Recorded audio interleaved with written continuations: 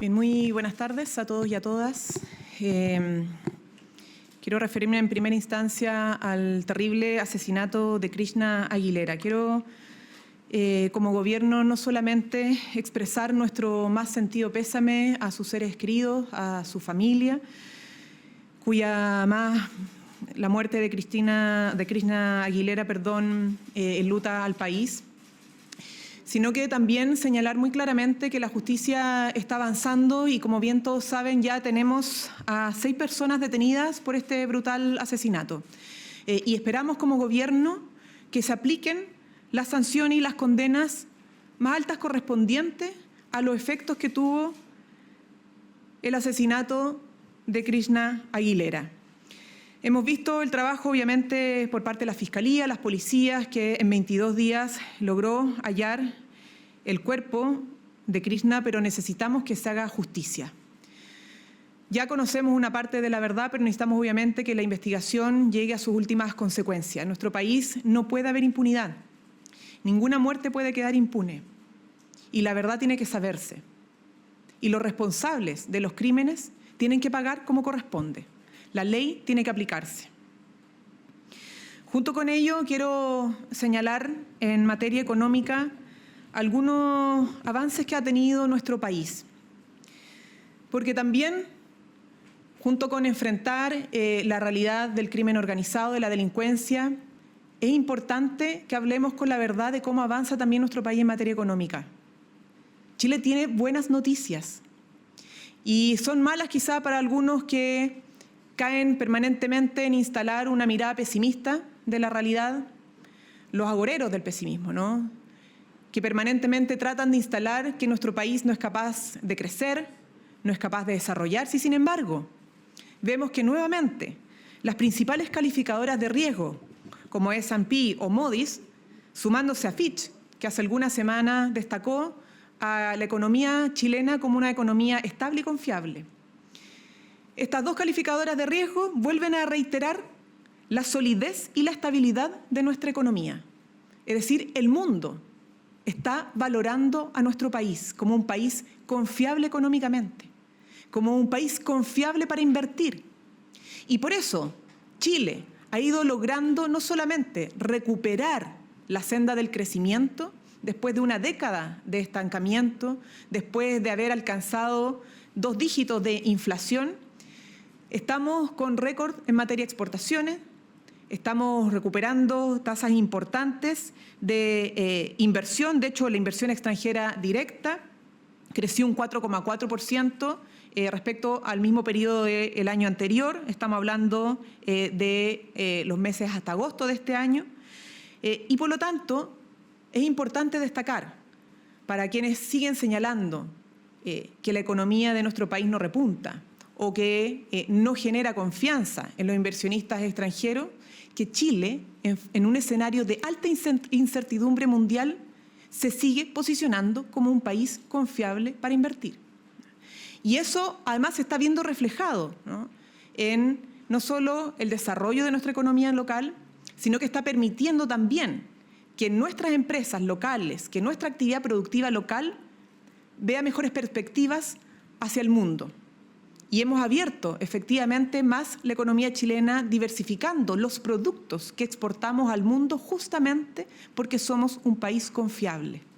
Y no solamente el cobre se ha estado posicionando en la industria mundial de la electromovilidad, sino que nuestras cerezas han sido un éxito en China, nuestras naranjas conquistaron el mercado mexicano y las flores chilenas además se van a tomar esta semana el mercado de Brasil. Es decir, los productos que generamos en nuestra patria están siendo ocupados y disfrutados en otros países del mundo. Y eso genera, evidentemente, mejores perspectivas no solo para las empresas chilenas, del agro, de la minería, etcétera, sino que también para las familias trabajadoras que están asociadas a esos mercados, a la economía de esos productos. Por eso es tan importante también destacar la visita del presidente esta semana a Seúl, Corea del Sur, en el marco de la APEC 2025. ¿Ya? Como ustedes saben, el presidente Gabriel Boric va a arribar a Corea del Sur este jueves en una visita de trabajo que incluye encabezar el seminario empresarial Chile-Corea del Sur. Va a realizar también una visita al Instituto de Ciencia y Tecnología del país asiático y va a sostener una importante reunión con el exsecretario general de las Naciones Unidas, Ban Ki-moon. Junto con ello, y posteriormente a esa reunión, se va a trasladar hasta Gyeongju, ciudad donde se están llevando a cabo las reuniones de la APEC 2025, oportunidad donde va a participar de la cumbre de líderes de los países miembros del foro. Ustedes saben, grandes países como China, Estados Unidos, Japón y Canadá. Como siempre, les decía anteriormente, esta visita es una oportunidad para seguir fortaleciendo el comercio chileno y las inversiones en la región. Por lo tanto, esperamos que la APEC 2025 sea un nuevo espacio para seguir desarrollando el comercio y la inversión en nuestro país. Particularmente también seguir desarrollando las industrias exportadoras de Chile. En la delegación, el presidente va a contar con el acompañamiento no solamente del canciller, la subsecretaria de Relaciones Exteriores, el presidente del directorio de la Fundación Chile, la directora de Invest Chile y el director nacional de ProChile, sino que también una comitiva empresarial compuesta por representantes de importantes gremios industriales exportadores como la SNA, la Cámara Regional de Comercio de Valparaíso, la Asociación de Exportadores de Frutas de Chile, la Asociación de Exportadores de Carne de Chile, entre otras gremios empresariales. Luego, y en línea de la agenda multilateral del presidente, va a participar en la COP30. Ustedes saben que la COP30 es una instancia muy importante porque es el órgano encargado de monitorear que las decisiones que se han ido adoptando para implementar los compromisos asumidos por los países en la lucha del cambio climático se estén ejecutando, ¿no?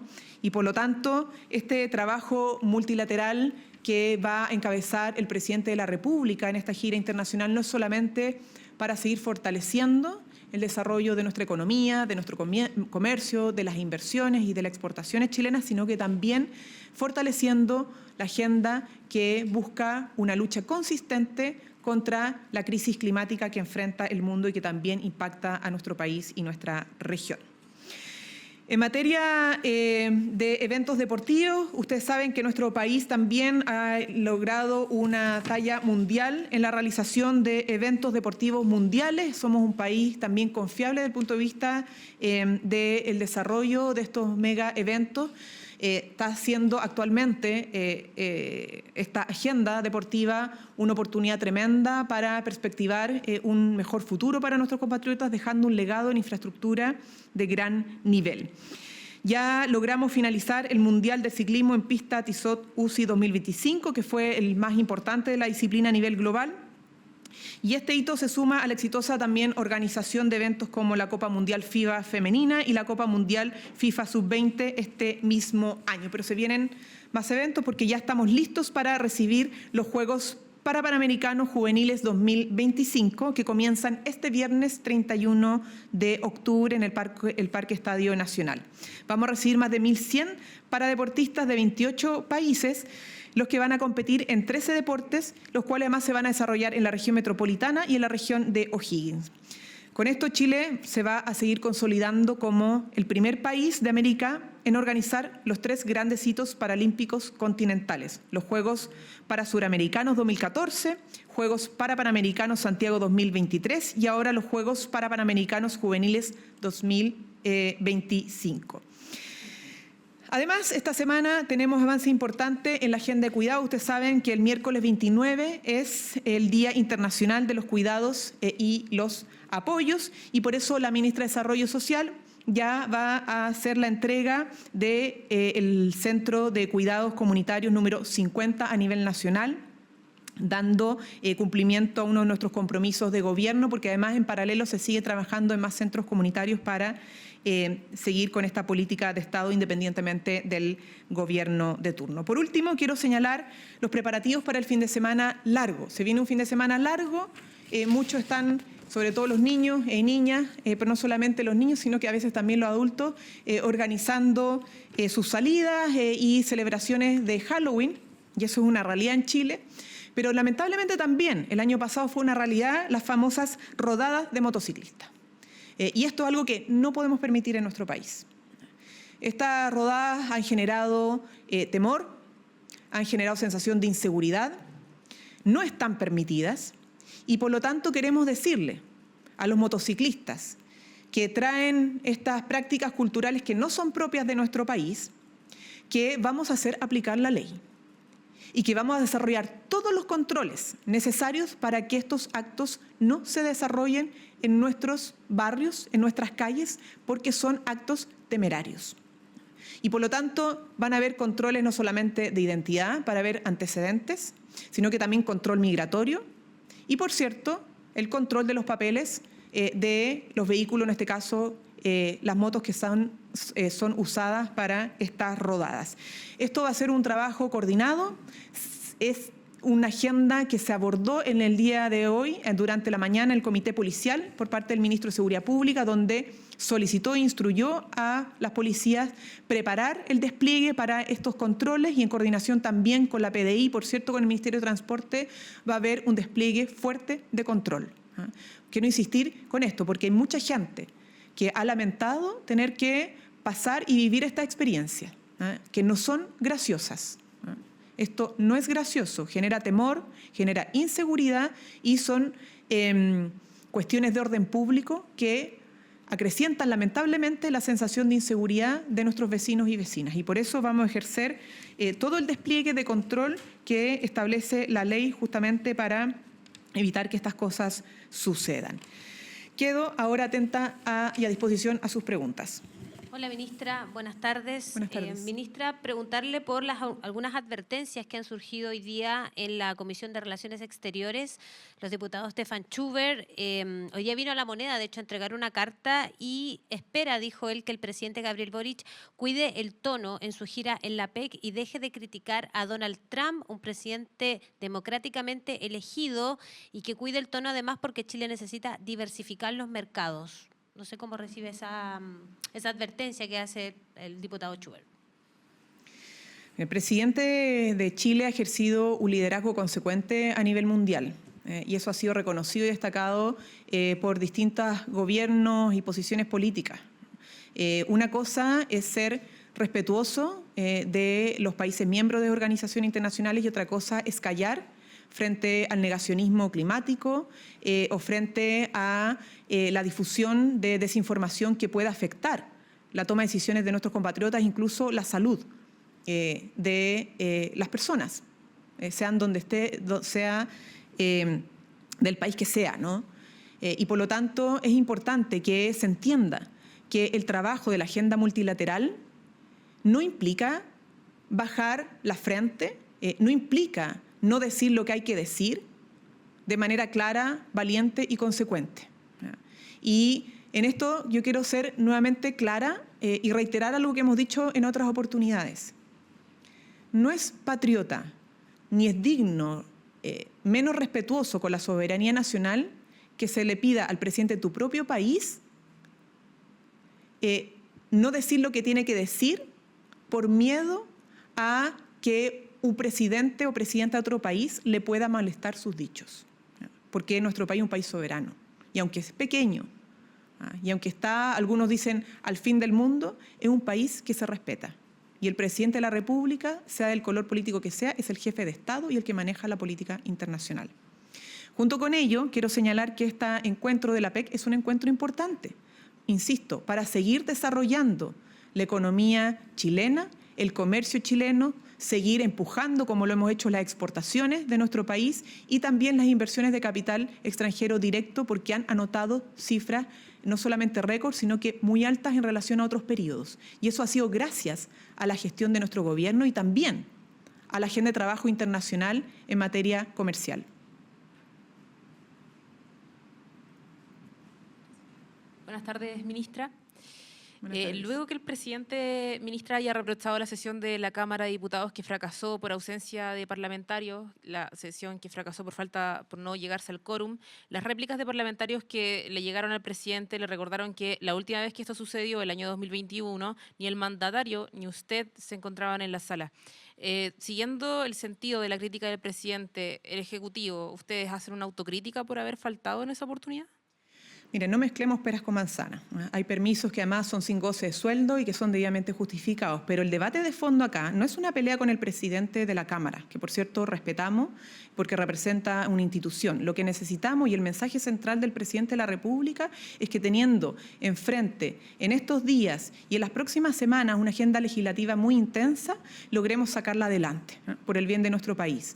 Tanto la ley de titularidad docente, que fue la que no se pudo tramitar el día que se fracasó el quórum, como la ley de presupuestos, ¿no? La ley de Sala Cuna para Chile, la ley de subsidio unificado al empleo o el proyecto de FES para reemplazar por fin el crédito con aval del Estado que tanta carga de deuda ha generado en las familias chilenas, ¿no? Y por lo tanto, insisto, más que una pelea bilateral con el presidente de la Cámara, nuestro objetivo y el objetivo del presidente es que la agenda legislativa pueda seguir avanzando sin contratiempo. Ministra, quería preguntarle también a propósito de la acusación constitucional que se cierne sobre el exministro Pardo. Quería preguntarle si es que el gobierno estaba confiado en que va a ordenar al oficialismo para poder frustrar esta acusación. También si es que con este anuncio que más temprano hizo el ministro García del acuerdo de la compensación, pierde o queda sin menos asidero la acusación constitucional. Y si es que, ¿cuál es el despliegue que están haciendo para poder ordenar al oficialismo? Mire, el principal trabajo y esfuerzo está en sacar adelante la agenda legislativa que está en el Parlamento, junto con la ley de presupuestos, las otras leyes que le mencioné, el levantamiento del secreto bancario, la Sala Cuna, el fin al CAE, el subsidio unificado del empleo, la reforma para el fortalecimiento de las fronteras, la reforma constitucional para hacer permanente la presencia de militares en la frontera y además, por la vía administrativa de gestión, el biministro haciendo que las empresas acepten las condiciones que se le ha presentado para hacer la devolución de los cobros indebidos a los usuarios en su boleta en el mes de enero. Lo de la acusación constitucional, yo creo que es importante señalarle a la gente que las acusaciones constitucionales, por legítimas que puedan ser en el marco de las atribuciones de los parlamentarios, o sea, tiene una atribución constitucional al respecto, se buscan y se presentan para establecer la renuncia de ministros y las responsabilidades políticas. Y ambas cosas ya sucedieron respecto al exministro Diego Pardo. Por lo tanto, insistir en esto ya queda fuera de los objetivos centrales que se cumplieron. O sea, sería redundar en algo que ya se hizo valer, pero además porque distrae mucho la agenda de trabajo que tenemos en el Parlamento actualmente. No tenemos mucho tiempo y tenemos muchas tareas. Es decir, que muchos proyectos de ley tienen que salir a la luz en muy breve plazo. Y son proyectos que no solamente le interesa sacar al gobierno, le interesa que salgan adelante a la propia ciudadanía. La Sala Cuna es algo que nos vienen demandando hace mucho tiempo las mujeres trabajadoras y los hombres trabajadores. Cuando nos preguntaban qué es lo que estamos haciendo para apoyar la inserción laboral de las mujeres con contratos de trabajo formales, es decir, con seguridad social, bueno, la respuesta es, entre otras, la aprobación del proyecto de Sala Cuna o del subsidio unificado del empleo. Que estos proyectos terminen ralentizándose, estos u otros, producto de otra acusación constitucional sin mérito, la verdad es que es algo que no deseamos y consideramos que tampoco la ciudadanía. Pero además porque, insisto, estamos avanzando muy rápidamente en garantizar que se produzcan las devoluciones de los cobros de cada peso que se cobró de más por el error metodológico de la empresa Transelec, el error de cobranza en la empresa Transelec, como también el error metodológico que se venía produciendo desde el 2017 y que terminó advirtiendo la Comisión Nacional de Energía tan solo este año, ¿no? En esos dos ámbitos se está avanzando a paso firme, como fue mandatado y solicitado por el presidente de la República al viceministro de Energía. Es decir, que estamos nosotros del lado de la solución y no de la mayor conflictividad en el Parlamento que puede terminar distrayendo de lo que es importante, que es sacar adelante la ley de sala cuna, la ley de subsidio unificado al empleo, la ley que pone fin al CAE y crea el nuevo sistema de financiamiento, o el secreto bancario, las herramientas para levantar el secreto bancario, que son cosas que nos tienen muy ocupados en el Parlamento en estos momentos. Ministra, a propósito de lo mismo, quería requerirle si podía confirmar que el gobierno va a llevar la defensa del exministro en esta acusación y si es que el nombre del jurista es Francisco Cox, como que ya está comenzando a circular. Cualquier elemento asociado a este tema, algo que corresponde revisar cuando la acusación constitucional que se ha anunciado se presente y se materialice efectivamente. Ministra, ¿cómo estás? Buenas tardes. Buenas tardes. Quisiera consultar a raíz de esta misma temática de las cuentas de luz, porque el viceministro hablaba de acuerdos con las generadoras, con las transmisoras, pero ¿qué pasa con la deuda que se tiene con las distribuidoras? ¿Se va a postergar para el próximo gobierno, como ya se había señalado en primera instancia? Tanto la deuda de la distribuidora Transelec. Recordemos que Transelec cometió un error, la empresa privada, en el cálculo de la tarifa que asociaba, o sea, que establecía, ¿no? Y esa deuda es algo que ya se comprometió devolver en el mes de enero junto con la de las generadoras. Es decir, que esas dos grandes deudas, cobranzas, que se establecieron de manera injusta, inapropiada, se van a empezar a devolver en el mes de enero. ¿Ya? Y por todo el periodo tarifario como lo estableció el viceministro, o sea, son 6 meses. ¿Ya? El monto que estableció el ministro, que señaló públicamente el ministro, corresponde justamente a los cobros injustificados de las generadoras y de esta empresa transmisora Transelec. Van juntos. También hay una deuda con la distribuidora en este caso que finalmente se podría postergar. No, a ver, vuelvo al punto. Transelec determinó que había hecho una cobranza errónea y por lo tanto el viceministro lo que estableció es que esa cobranza tenía un monto asociado y calculando ese monto se tenía que empezar a devolver en el mes de enero. Y por lo tanto, las empresas lo van a devolver a los usuarios. No es algo que pase de un gobierno a otro, porque no es una deuda que paga el gobierno. Lo pagan las empresas porque ellas, en el caso de la generadora, fueron las que recibieron los recursos y en el caso de Transelec porque ellos hicieron un cobro directo a los usuarios que no correspondía. Hola, ministra, buenas tardes. Buenas tardes. Quisiera consultarle respecto del debate que se dio ayer en Canal 13, el debate presidencial donde la candidata Yanet Jara fue consultada sobre la posibilidad de indultar a Mauricio Hernández Norambuena y ella dice que lo ve bastante difícil. No sé si me escucha. ¿Me escucha? Sí. Le escucho. Si lo ve bastante difícil, ¿cuál es la postura del gobierno frente a un indulto hacia Hernández Norambuena? Me disculparán que no vi el debate, pero lo que le puedo decir respecto a los indultos es que nosotros no tenemos contemplado ningún indulto de esas características durante nuestra administración. Pero además porque no se ha presentado ninguna solicitud de indulto de esas características en particular. Y estas son cosas que están normadas, tienen un procedimiento para poder evaluarse, ¿no? Pero independientemente de que no ha sido presentada ninguna solicitud, no está contemplada avanzar en algo de esas características. ¿Cómo está, ministra? Quería preguntarle, bueno, ya hemos reporteado y se sabe que ingresó por el Senado la reforma constitucional que anunció el presidente Boric desde Colchane. Si es que puede ratificar aquello. Y lo otro, esto ya, ¿qué es lo que buscan ustedes? ¿Qué facultades le va a entregar a los militares para que puedan efectuar patrullajes mixtos con las policías en la frontera? Y lo otro, la salvedad de esta reforma es que va a tener una herramienta revocatoria. ¿Cómo va a operar eso para los parlamentarios que quieran finiquitarlo, por ejemplo?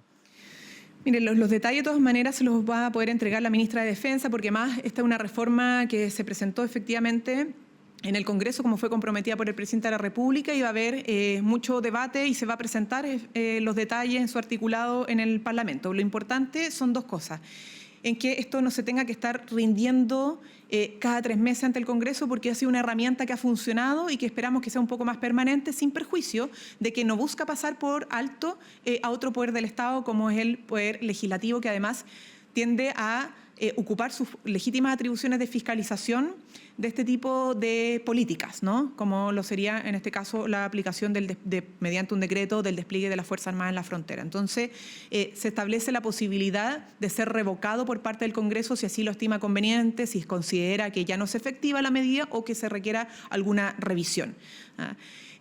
Pero lo importante también es señalar que no es que las Fuerzas Armadas tomen el control exclusivo de las fronteras. Ellos hacen una presencia donde en coordinación también con las policías se generan patrullajes y además se pone a disposición de las personas detenidas a las policías para que sigan con los procedimientos correspondientes a la ley, conforme a la ley. Entonces, es un refuerzo que se aplica en la frontera y que requiere siempre de la acción coordinada del Estado con las otras policías. En esto quizá hemos sido reiterativos, pero no por eso majaderos, o sea, porque nos interesa que quede muy claro que las políticas más efectivas para enfrentar tanto la migración irregular como el crimen organizado o la delincuencia incluso común es la acción coordinada del Estado. Teníamos, lamentablemente, en muchos casos, cuando llegamos al gobierno, acciones segregadas, dispersas de las instituciones que no conversaban debidamente entre sí y por lo tanto se perdían muchas oportunidades para un despliegue más eficiente, eficaz y efectivo del Estado en combatir aquello. Entonces, esto siempre va de la mano con el trabajo con las policías porque así debe ser. Y eso es lo que realmente nos permite mayor efectividad. No por nada los ingresos irregulares en la frontera norte han disminuido alrededor de un 48%. Recordemos que entre el 2018-19 hasta el 2021, antes que llegáramos, los ingresos irregulares en la frontera norte habían aumentado más del 700%. Los principales líderes del Tren de Aragua ingresaron con visa durante esos años. O sea, no había un control fronterizo. No había un real control fronterizo. Y gracias al despliegue de nuestras Fuerzas Armadas y en coordinación con las policías, esta tendencia al alza brutal que teníamos en nuestro país ha ido disminuyendo. O sea, no solamente lo estancamos, sino que lo estamos haciendo retroceder poco a poco, de manera inteligente y efectiva. Y la inteligencia va justamente asociada a una mejor coordinación de nuestras instituciones. Por eso es tan importante esta reforma y que esperamos que se vaya haciendo cada vez más una política de Estado sin perjuicio de las facultades que tiene de evaluar el Congreso Nacional. La intención del gobierno es que al cambio de gobierno en marzo, ¿esto se mantenga de la misma forma? Bueno, un próximo gobierno siempre puede evaluar. O sea, la reforma, de hecho, establece la facultad del Ejecutivo para tener las Fuerzas Armadas desplegadas en la frontera y de revocar esta decisión por parte del Congreso como un ente que fiscaliza o genera un contrapeso de poder en el marco de estas políticas. Entonces, algo que tendrá que evaluar, obviamente, el próximo gobierno. Buenas tardes, ministra. Quería preguntarle por un hecho policial que ocurrió en la comuna de Santiago durante la madrugada. Un sujeto que habría amenazado con un adoquín a personal de la PDI y uno de ellos habría usado su arma de servicio. Durante la mañana se confirmó el fallecimiento de esta persona.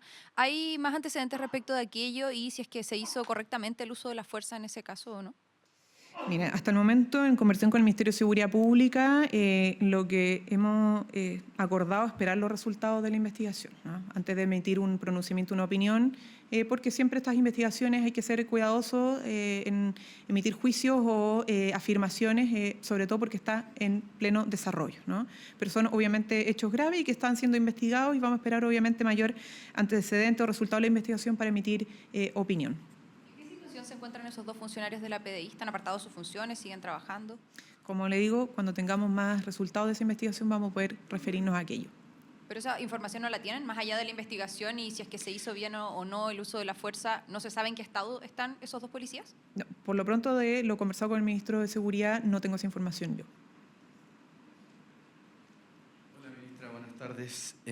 Aquí en la actividad que hubo en el patio de los Cañones al mediodía, el presidente volvió a entregar un mensaje en el marco de la contienda electoral. Él habló sobre el uso de bots, que bueno, todos sabemos que ha sido un tema de campaña, sobre todo en contra del candidato José Antonio Kast.